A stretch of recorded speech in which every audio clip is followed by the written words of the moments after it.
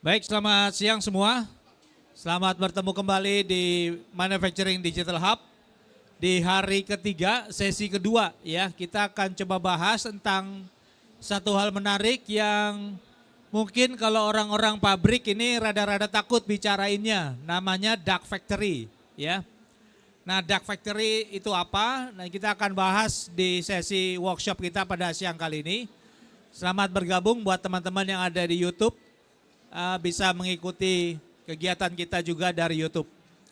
Baik, izinkan saya memperkenalkan diri, saya Vanki Christian, Sekjen dari Asosiasi Pengusaha TIK Nasional atau Aptiknas, di mana kami dalam berbagai kesempatan terus menyuarakan terkait dengan implementasi teknologi informasi di lingkungan pabrik.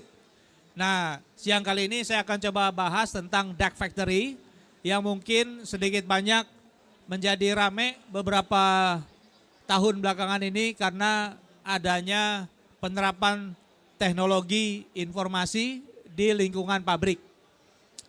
Ya. Nah, pertanyaannya adalah apakah dark factory kita sudah siap atau belum? Nah, ini yang menjadi pertanyaan besar, tapi sejujurnya ini mungkin sudah bukan lagi hal yang baru yang kita tahu ya. Kita lihat video berikut ini.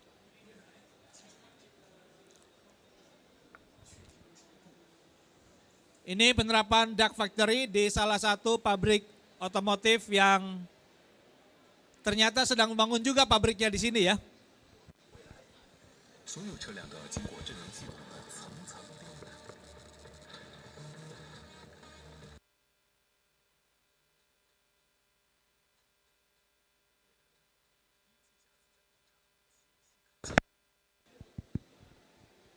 Ya, kita lihat ini bagaimana mereka menerapkan teknologi yang sangat presisi yang sebetulnya Bapak Ibu semua juga sudah lihat sebagian ada di tempat sini ya di Manufacturing Indonesia.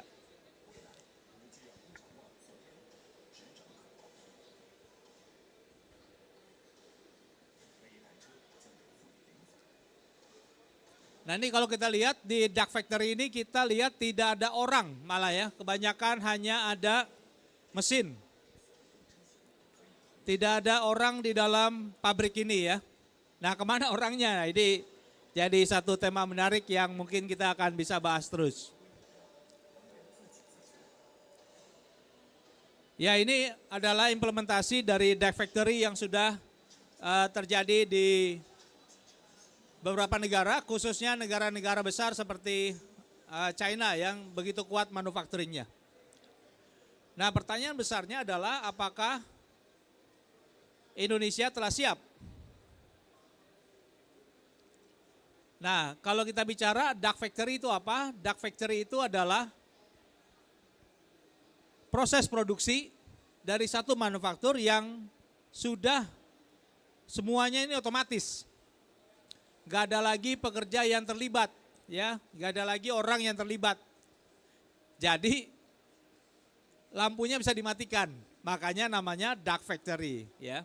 Nah, ini konsep yang diintroduce secara global, pengertian dari dark factory. Nah, bagaimana ini bisa terjadi? Karena sebetulnya dalam banyak pabrik, kalau Bapak Ibu semua lihat di dalam area kita ini, sudah banyak diperkenalkan konsep automation. Satu itu. Yang kedua, kalau Bapak Ibu ikuti perkembangan beritanya dalam 3 tahun terakhir ini ada satu kata yang demikian booming ya, namanya artificial intelligence. Nah, ini artificial intelligence dan robot ini bekerja bersama, ini yang membuat dan ditujukan untuk mencapai tingkat optimalisasi efisiensi di dalam pabrik. Nah, negara yang pertama kali mengklaim mereka sudah masuk ke dalam era dark factory adalah China. Nah, ini konsep global dari dark factory. Nah, pertanyaan besarnya adalah sudah siapkah Indonesia? Ya. Sudah siapkah Indonesia artinya sudah siapkah Anda, sudah siapkah saya, sudah siapkah kita kalau di dalam manufaktur kita, dark factory ini menjadi hal yang harus kita terima. Nah, kalau kita lihat pemerintah Indonesia sebetulnya telah menginisiasi program namanya Making Indonesia 4.0. Di mana memang salah satu faktor yang menjadi konsentrasi dari pemerintah kita adalah mendorong perkembangan di industri manufaktur. Karena apa? Karena industri manufaktur Indonesia ini kontribusinya 17,16%, hampir 20% dari PDB kita. Kemudian juga memiliki kontribusi ekspor yang cukup besar ya, 74,30% kontribusi ekspornya di tahun lalu. Dan ini peringkat 12 ya di dalam nilai manufacturing value added di tahun 2023. Dan juga ini menyerap investasi sampai dengan 42%. Jadi sebetulnya itu sebabnya kenapa pemerintah kita memiliki konsentrasi yang sangat besar terkait dengan industri manufaktur. Dan kalau Bapak Ibu lihat di dalam kesempatan kita di Manufacturing Indonesia, ini merupakan expo terbesar. Ya, mungkin kalau Bapak Ibu sempat lihat, ya mungkin di Indonesia, tidak hanya di Indonesia tapi juga mungkin di ASEAN ini termasuk expo manufaktur terbesar. Jadi ini adalah kinerja sektor industri kita. Nah, pemerintah selalu memonitor ini. Namanya Purchase Managers Index Manufaktur atau PMI Manufaktur. Kenapa? Karena nilai ini menunjukkan seberapa kuat industri kita ya untuk bisa bertahan. Nah, ini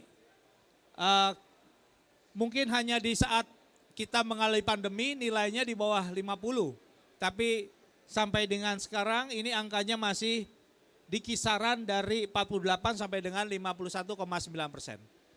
Jadi kenapa pemerintah kita mendorong banyak sekali industri bisa berkembang di Indonesia karena ini adalah nilai yang harus dikejar. Berikutnya apa lagi? Kalau kita bicara dampak transformasi industri 4.0 buat Indonesia ini dampaknya tentu luar biasa. Ya, karena apa? Karena kita lihat pemerintah sudah punya beberapa strategi semenjak diluncurkannya program Making Indonesia 4.0 2018.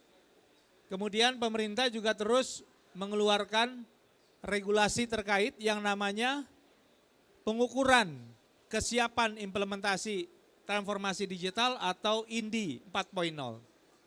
Nah, di INDI 4.0 inilah kemudian pemerintah mengukur seberapa besar apa yang telah dicapai dari waktu ke waktu, dari tahun ke tahun dengan menggunakan pengukuran yang namanya pengukuran INDI 4.0. Nah, dampak transformasi ini kita memang ingin mentarget 100 transformasi industri champion di dalam pendekatan menggunakan konsep INDI 4.0. Silakan Bapak Ibu yang mau bergabung bisa mengambil tempat duduk. Nah, peta jalan Making Indonesia 4.0 ini tidak berhenti sampai di konsep yang namanya INDI saja. Tapi kalau Bapak Ibu keliling ngelihat di sini, ini adalah apa yang disebut namanya ekosistem. Ekosistem transformasi digital atau ekosistem inilah yang kita sebut sebagai tadinya namanya Sindi ya. Nah, dalam perjalanannya pemerintah kita masih terus mendrive apa yang disebut dengan INDI 4.0 dan mereka setiap tahun memberikan award kepada perusahaan-perusahaan untuk bisa diukur. Nah, ini ngukurnya gimana Pak? Ngukurnya simple sekali. Jadi sebetulnya ada tools yang diberikan oleh Kementerian Perindustrian, kita bisa ngukur diri kita sendiri. Kemudian kita submit dan ini nanti akan dilakukan asistensi. Ya. Jadi ini INDI. Oke, terus apa lagi? Pemerintah melihat bahwa sekarang malah pengukurannya INDI jauh lebih kompleks. Oleh karena itu mereka mentargetkan beberapa hal. Misalnya energy consumption ini menurun. Itu dia sebabnya pemerintah tahun lalu mengeluarkan regulasi terkait dengan pelaporan energi atau carbon monitoring. Energy monitoring ya. Meskipun banyak yang komplain semenjak itu rilis ya, Tapi kalau kayak Bapak nih perusahaan apa nih? Astra Autopart ya kan? Ya pasti mesinnya udah siap semua. Gampang itu ya untuk ngukur penggunaan energinya. Tapi kalau buat industri lain, wah ini luar biasa challenge-nya ya. Karena mereka harus merombak sebagian besar infrastrukturnya untuk bisa melakukan energy monitoring. Minimum masang KWH meter digital. Itu aja udah lumayan mahal harganya. Kemudian tentu tujuan dari Industry Champion ini adalah meningkatkan productivity level ya. Jadi ini juga diukur dan juga mengurangi production cost. Jadi tetap ujung-ujungnya apapun itu yang diukur selalu adalah optimalisasi dan efisiensi. Lanjut. Nah, di dalam program Making Indonesia 4.0 ini memang telah dibuat programnya seperti ini. Jadi ada yang pertama melakukan assessment dan pendampingan industri 4.0. Kalau nggak salah ini udah ikutan nih. Sudah ikutan. Udah dapat award belum ya? Udah dapat award ya? Tahun berapa? 23 ya? 24 ya? Dapat ya? Jadi setelah ini kemudian diberikan penghargaan. Nah ini Bapak berarti di sini nih ya. Penghargaan di Indi 4.0 ya. Nah kemudian ada ekosistemnya ya. Kalau Bapak tadi Ibu keliling lihat, ya ekosistem ya seperti ini gitu. Jadi ada yang pemain, ada yang supplier, ada yang manufakturnya, ini dalam ekosistem. Kemudian ada program ini awareness dan pelatihan manajer transformasi, sudah jalan juga tahun ini juga sudah jalan. Pelatihan, kemudian dibangunlah Pusat Industri Digital di Indonesia atau PD di Kebayoran. Udah sempat datang? Ya di sana awardnya juga di sana ya. Kalau kegiatan juga di sana soalnya di PD. Nah di PD ini kita bangun banyak. Tadinya ada use case pabrik kecil sih. Cuma nggak tahu ya sampai sekarang jalan apa enggak ya. Ada yang masih jalan ada yang enggak. Jadi dulu ada Toyota di situ, ada apa segala macam. Kemudian ada pelatihan e-smart IKM. Ada insentif, kemudian ada program Indonesia Partner. Nah tapi yang masih jalan Bapak Ibu ini. Penunjukan lighthouse. Jadi kalau sudah award nanti naik satu level lagi.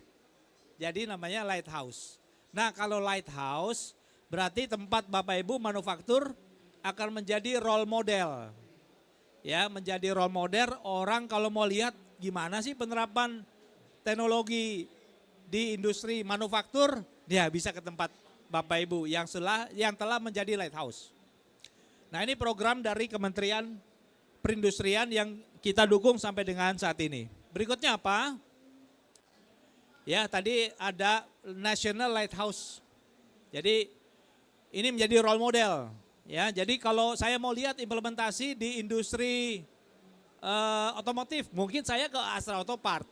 Gitu. Tapi kalau saya mau lihat di industri manufaktur yang membuat produk untuk yang lain, saya ke Batam di Schneider. Ya kan, ada kayak gitu. Jadi model ini menjadi role model. Nah, tentu ini akan menjadi mercusuar ya. Karena apa? Saya mau lihat baseline penerapannya kayak gimana sih? Oh, saya bisa mengacu ke pabrik itu. Dan juga ini merupakan showcase. Nah, artinya apa?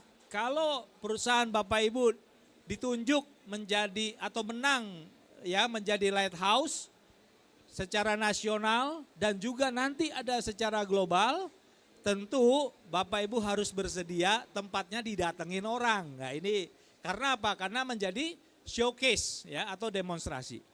Nah ini akan membantu kita memahami adopsi teknologi yang ada yang diterapkan. Lanjut lagi. Nah bagaimana model tahapannya?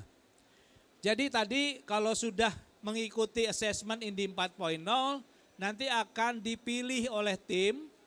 Tim ini gabungan dalam Kemenperin dan juga asosiasi untuk bisa menjadi champion di Indi 4.0. Kemudian ada evaluasi lagi, ada proses percontohan lagi, referensi menjadi National Lighthouse Industry 4.0. Nggak tahu berapa sekarang di Indonesia ya? Kayaknya udah 4, 18 yang dapat Indi, yang Lighthouse. Yang mau lighthouse 18 ya. Tapi nanti biasanya kan cuma 2 atau 4 ya. Enggak banyak ya. 5. 10 ya, di atas 10. Nah, jadi kalau semakin banyak tentu akan sangat baik ya. Karena apa? Karena kita bisa punya acuan model karena industrinya bisa beda-beda. Ya kan? Harusnya industri beda-beda. Jadi Astra aja ada berapa yang masuk seingat saya? Enggak cuman ada kan, enggak cuman Autopart ya. Jadi ada beberapa. Karena model implementasinya di industri manufaktur yang berbeda mungkin sedikit berbeda. Nah, kemudian setelah National Lighthouse ini ditunjuk menjadi National Lighthouse, tahapan selanjutnya adalah apa yang disebut namanya Global Lighthouse. Udah ada belum Indonesia? 2. Terakhir 2 ya. Batam. Schneider sama ini. Lanjut. Nah, ini lagi persyaratan kriteria National Lighthouse. Nah, ini yang menarik ya. Kenapa kita buat sesi ini ya? Karena sebetulnya ada beberapa key teknologi yang akan dilihat oleh panitia, oleh panitia yang akan mengevaluasi. Contoh, kriteria Lighthouse Industry telah melaksanakan sistem teknologi industri 4.0 paling sedikit 3 key teknologi. Key teknologinya apa aja? Nah ini loh, Industrial Internet of Things. Dia cek, udah ada belum? Udah ada belum diterapkan Industrial Internet of Things di perusahaan manufaktur itu? Yang berikutnya apalagi? Cloud computing, sudah pakai belum cloud computing di perusahaan itu? Yang berikutnya apalagi? Big data dan analitik. Sudah diterapkan belum big data dan analitik? Ya.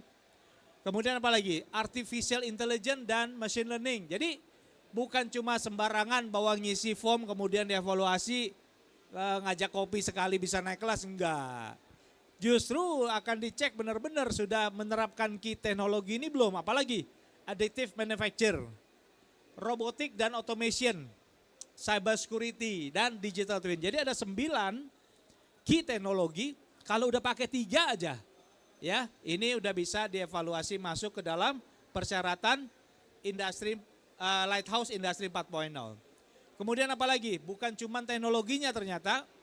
Ada juga pengembangan kompetensi SDM-nya. Jadi kalau teknologinya sudah ada, apakah di dalam perusahaan tersebut ada proses untuk bisa meningkatkan kemampuan dari karyawan untuk bisa menguasai teknologi-teknologi terkait. Apalagi memiliki bukti tertulis ya, bukti tertulis dampak implementasi. Jadi memang akan ditanya sama panitia. Loh ini Bapak Ibu apa dampaknya penerapan industri 4.0 di tempat perusahaan Bapak Ibu sekalian.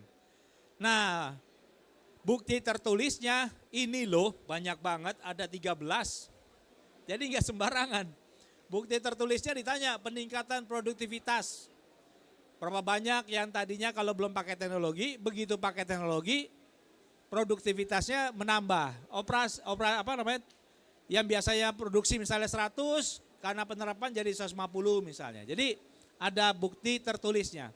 Peningkatan efisiensi kerja, wah ini juga penting ya. Ngukurnya gampang-gampang susah, peningkatan efisiensi kerja. Misalnya biasanya kalau proses produksi makan waktunya 10 jam, ini jadi misalnya cuma 8 jam, 6 jam. Karena penerapan teknologi-teknologi ini. Nah karena dia berkurang waktu jam operasional dari mesinnya, maka bisa dicapailah penurunan penggunaan energi. Nah ini juga dicatat. Kalau terjadi penurunan penggunaan energi, otomatis ada penurunan biaya operasional. Karena biasanya yang paling tinggi itu adalah listrik, energi itu yang paling banyak membebani biaya operasional pabrik.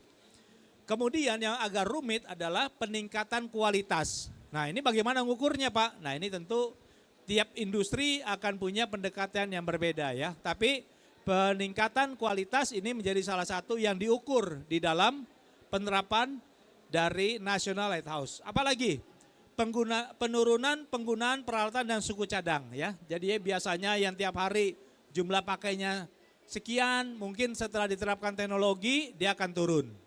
Ya. Kemudian apalagi? Efisiensi tenaga kerja, penurunan cycle time. At the end peningkatan laba dari perusahaan ini juga akan meningkat ya. Kemudian penurunan konsumsi bahan industri, pengurangan waktu downtime. Jadi inilah yang akan terjadi apabila kita menerapkan banyak terkait dengan key teknologi yang di atas. Nah kadang-kadang Bapak Ibu rekan-rekan, ini orang nggak perhatiin. Padahal sebetulnya ini menjadi salah satu cara kita untuk mencapai ya tingkat operasional atau efisiensi di dalam pabrik-pabrik kita.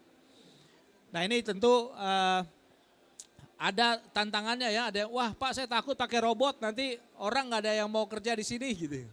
Ya tapi jangan takut, teknologi akan selalu membantu meskipun ada plus minusnya. Nah ini adalah terkait dengan Lighthouse dan penerapan teknologinya.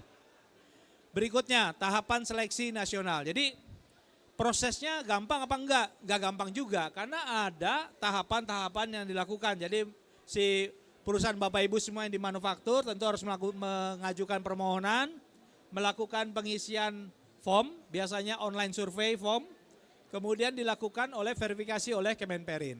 Nah setelah verifikasi ada evaluasi, ada tim penilai yang datang, ya panitia tim penilai, kemudian barulah dilakukan panelis.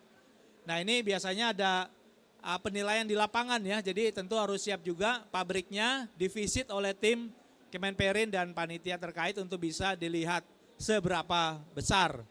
Nah ini siapa saja yang terlibat, ya ini ada tim penilainya, mulai dari kementerian, khususnya Kementerian Perindustrian, ada tenaga ahli industri 4.0. Nah inilah biasanya tenaga ahli ini dari kami di asosiasi.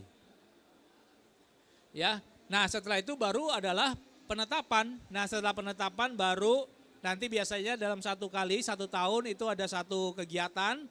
Biasanya kita gabungkan di dalam kegiatan yang namanya industri Indonesia 4.0. Itu biasanya kita lakukan di bulan Oktober atau September.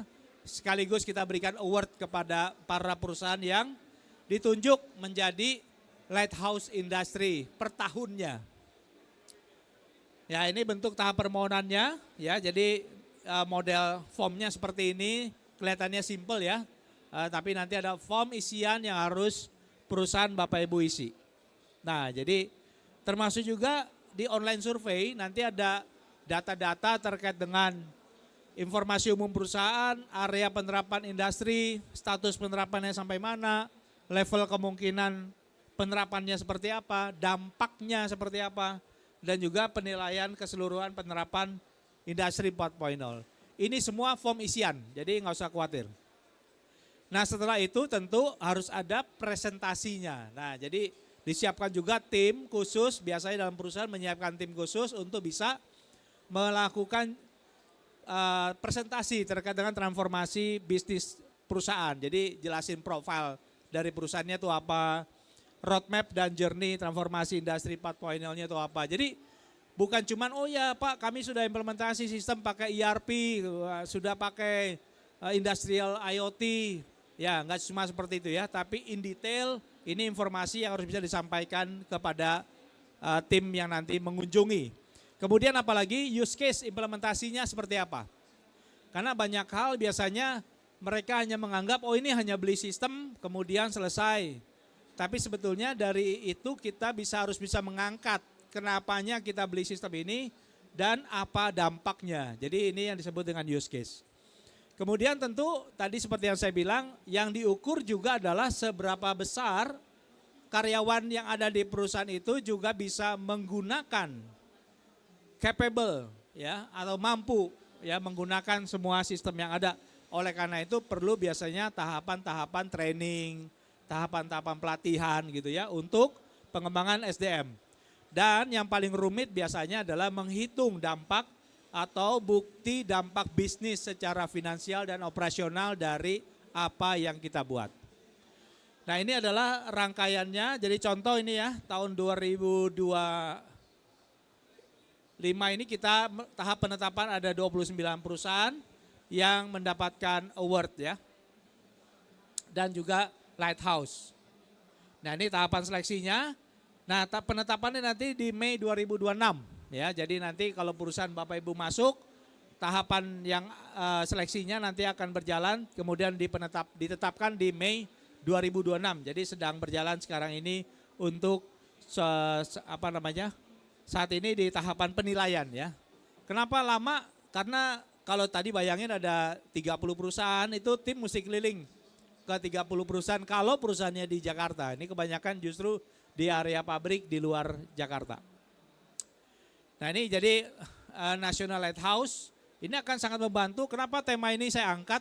Menjawab pertanyaan apakah manufaktur Indonesia telah siap memasuki era dark factory. Karena tadi ini kalau kita menerapkan transformasi digital dengan cara pendekatan yang telah digariskan di dalam kriteria Lighthouse, ini akan sangat membantu implementasinya lebih cepat dan terarah.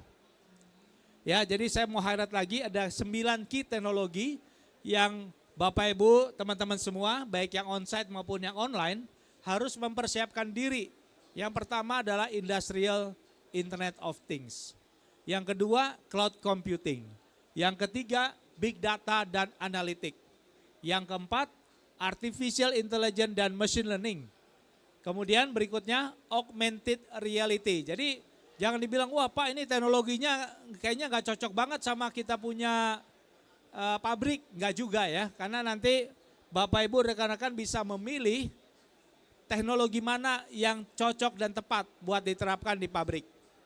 Minimum harus ada 3 ya, ingat tadi kriterianya harus ada 3 key teknologi dari 9 ini yang telah diterapkan di dalam pabrik Bapak Ibu sekalian. Berikutnya apa? Robotik dan automation.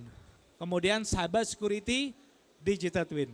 Pak, kok cyber security sekarang jadi concern ya di pabrik? Ya, sekarang cyber security menjadi salah satu concern di pabrik karena pabrik akan sangat mudah, rentan, terganggu kalau kita tidak meningkatkan kemampuan dari cyber security-nya.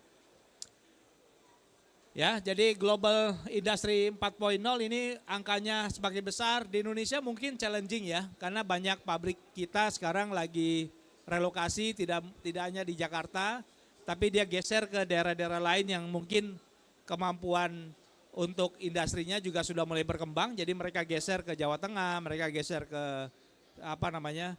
besok tanggal 10 ada kegiatan kami di Batang gitu ya, di daerah Jawa Tengah. Karena apa? Karena Batang Industrial Park itu berkembang sekarang. Ya ini juga salah satu hal yang menjadi concern, salah satunya adalah robot ya. Mungkin kalau Bapak Ibu keliling di sini udah ngelihat banyak robot. Ada mitra kami di B3 itu namanya Robopak. Nanti bisa lihat juga robot-robot industri di sana. Nah itu juga menerapkan robot ya. Nah yang saya mau bilang adalah kita ini masih belum banyak penerapan robotnya. Kalau di pabrik-pabrik besar seperti di China ini sudah 51% menggunakan robot. Jadi jangan takut kalau sebagian besar tugas-tugas kita manusia akan digantikan oleh robot. Karena robot ini akan membantu pekerjaan-pekerjaan yang sifatnya repetitif dan perlu presisi yang sangat tinggi ya. Meskipun manusia akan selalu ada. Tapi penerapan robot dan artificial intelligence ini akan menjadi besar. Jadi kalau Bapak Ibu lihat di sini ada China, Jepang, United States, Korea dan Jerman ini yang mereka sangat intensif menggunakan robot-robot di dalam mesin-mesin di dalam produksi mereka. Ya, jadi ini adalah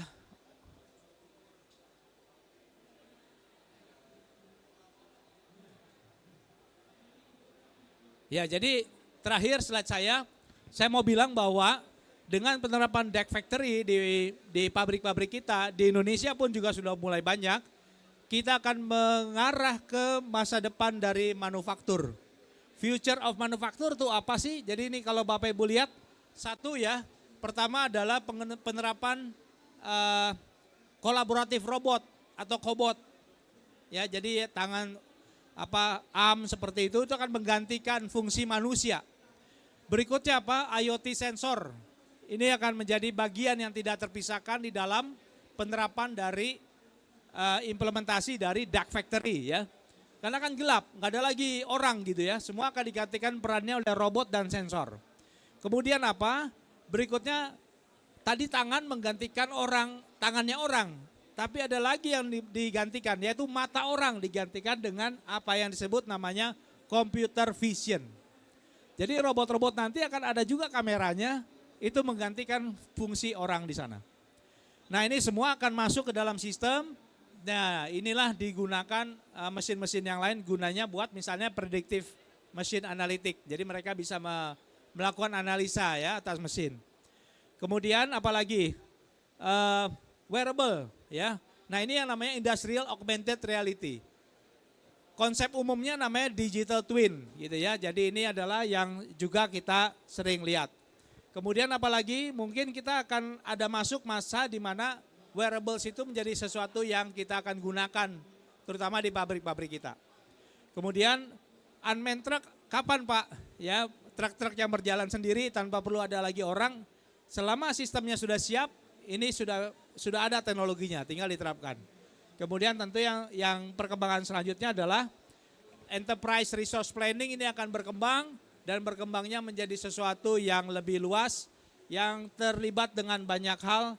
Contoh misalnya penerapan teknologi blockchain ya. Jadi ini adalah beberapa hal yang harus kita perhatikan terkait dengan dark factory yang sekarang ini telah menjadi ketakutan dan juga peluang sebetulnya ya. Karena di Indonesia kalau ada dark factory diterapkan ya tentu ada hal yang menarik ya. Karena orangnya yang tadinya kerjanya hanya di pabrik menjadi operator, dia harus punya kemampuan yang lebih dari hanya sekedar hanya sebagai operator. Nah itu mungkin yang bisa saya sharingkan dalam kesempatan pada siang kali ini. Silakan kalau ada yang mau bertanya dengan topik kita dark factory, apakah Indonesia sudah siap? Boleh kita berdiskusi. Sorry Pak baru duduk, gak apa-apa ya. Udah sampai slide terakhir. Ya ini dark factory, ada yang tanya dalam satu sesi sebelumnya juga pernah nanya, Pak dark factory itu mulainya dari mana? Kalau kita belum siap sejauh mana ya. Jadi PR pertama sebetulnya adalah kita bisa melakukan monitoring nggak atas semua mesin kita. Jadi satu tahapannya monitoring. Yang kedua tahapannya controlling. Jadi kalau sudah bisa monitoring biasanya tahapannya controlling. Nah kalau controlling biasanya orang akan menggunakan pendekatan yang berbasis PLC kah, SCADA lah, segala macam. Jadi banyak ya. Kenapa harus ada controlling? Karena disitulah kita bisa melakukan level yang namanya workflow dan automation. Nah kalau workflow dan automation itu bisa, berarti sudah sebagian fungsi itu akan masuk ke sistem. Nah terus ada beberapa bagian yang mungkin, Pak ini kita lihat ini kelihatannya bisa digantikan oleh robot arm, tangan-tangan robot, ya ganti dengan tangan robot. Kadang-kadang kita kalau di pabrik merasa oh ini akan menggantikan kerjaan sebagian orang. Ya mungkin iya. Tapi orang yang tadinya bekerja di situ justru kita harus tingkatkan kemampuannya agar dia tetap bisa bekerja di pabrik. Dia tetap punya potensi karena apa? Mesin apapun akan tetap perlu orang. Jadi nggak akan ada mesin yang fully automatic nggak perlu orang sama sekali. Nggak. Tetap ada orang. Meskipun menerapkan robot, menerapkan artificial intelligence, apalagi menerapkan artificial intelligence. Di dalam pendekatan artificial intelligence itu ada konsep namanya human in the loop. Jadi meskipun ada decision yang dibuat oleh automation, oleh workflow, oleh proses artificial intelligence yang dibuat, tapi tetap ada orang yang terlibat untuk mengambil suatu keputusan ataupun pemeriksaan. Jadi ada human in the loop. Nah itu mungkin yang saya bisa saya sharingkan. Silakan kalau ada yang mau bertanya. Ada yang mau tanya? Kalau nggak ada nggak apa-apa. Terima kasih telah mengikuti sesi Dark Factory. Kita akan siap-siap nanti kita lanjut jam berapa? Jam 3 ya untuk sesi workshop berikutnya.